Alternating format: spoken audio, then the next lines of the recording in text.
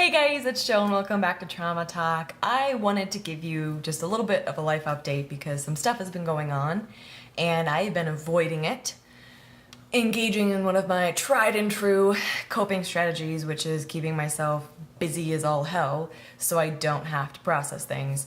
And I realized that this week and I'm trying to address it. And so I thought I would talk on camera because that kind of helps me and talk to you guys about it. So I found out this past couple weeks some new information.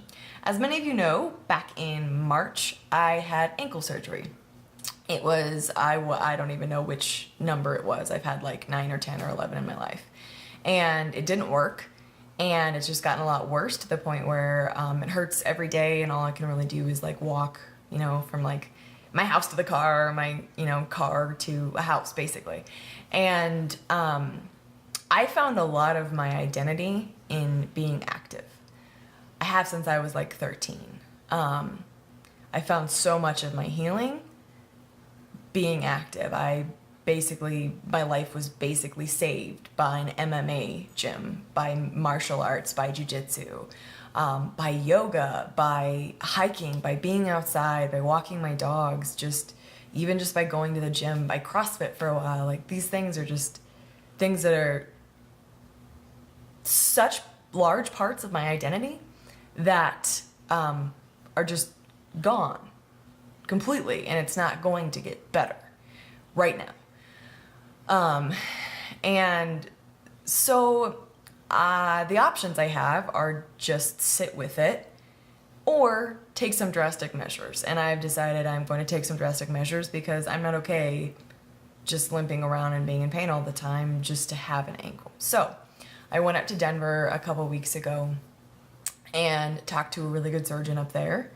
And essentially there are two options, and we're going to try option one and then option two if that doesn't work.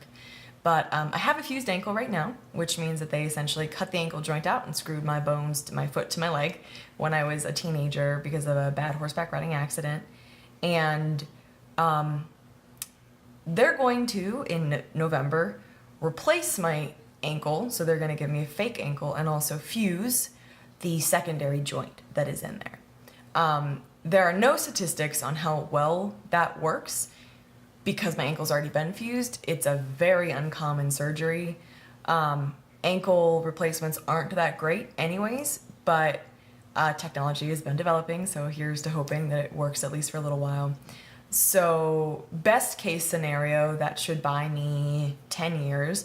Worst case scenario, it won't work at all. And in either case, it's gonna end in amputation. So I am grateful that there are options because I really want to get back to life and like living it and like doing the things that I love that I feel like in a lot of ways make me. But I also really don't want to go through this because it's going to be a very painful surgery with a couple days in the hospital. It's going to be a long recovery at home, and I'm going to be out of work for, I'm guessing, probably a month and a half at least, and then it's going to be a long time of physical therapy and learning how to walk again, and it's kind of a crapshoot whether or not it's actually going to work at all.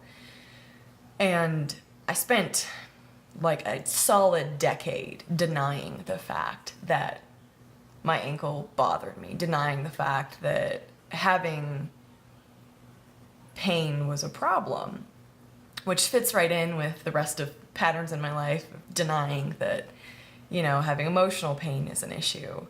And this last year in particular in counseling, I really came to terms with the fact that it is kind of a big deal. It's kind of a big deal to spend your entire teenage years in and out of hospitals and surgeries and for something that is such a big piece of my identity to be on hold permanently right now, and I don't know what it's going to look like or when it's going to come back or when I'm going to be able to do anything that I do to cope. And I think that's one of the problems right now is that I feel like all the things that I do to like keep my head straight and stay on the right track in a healthy way are gone.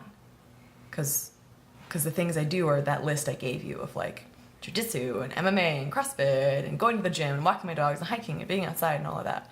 And I know that all that means is that I have to try new things.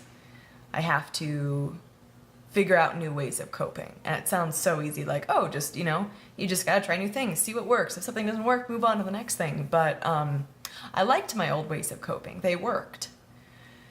And I'm exhausted. And when you're exhausted, as you know, if you're watching this, it's really hard to find the energy to try new things. I kind of talked about motivation in my last video, which is ironic. I will be utilizing those motivation strategies and others in the upcoming weeks and months. But I guess I just wanted to say on camera, because that helps me stay honest with myself too, and honest with this community, which I'm really trying to do, that I'm struggling a little bit. And I have always felt like physical pain is nothing compared to emotional pain. I think physical pain kind of just makes emotional pain that much worse. That is just only my experience.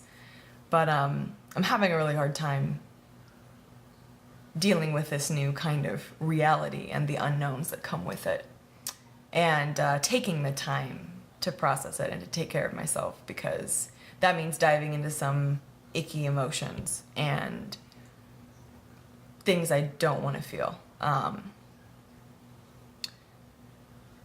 I want to do that because I know it's the best way to go about life. I know it's the best way to get through things faster, to process. So that is what I'm going to try to do.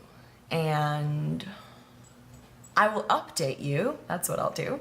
I will update you on what I am going to try for new coping strategies and methods, and even hobbies, or just things to keep my mind straight and sane, and outlets. But I just want to give you guys a life update today, and as always, I appreciate that you listen. I know a lot of you have gone through similar things. It's just, we all have different life experiences, but I feel like so many of us experience the same emotions. And so thank you for being there and understanding. You guys are amazing. I am Jo. This is Trauma Talk.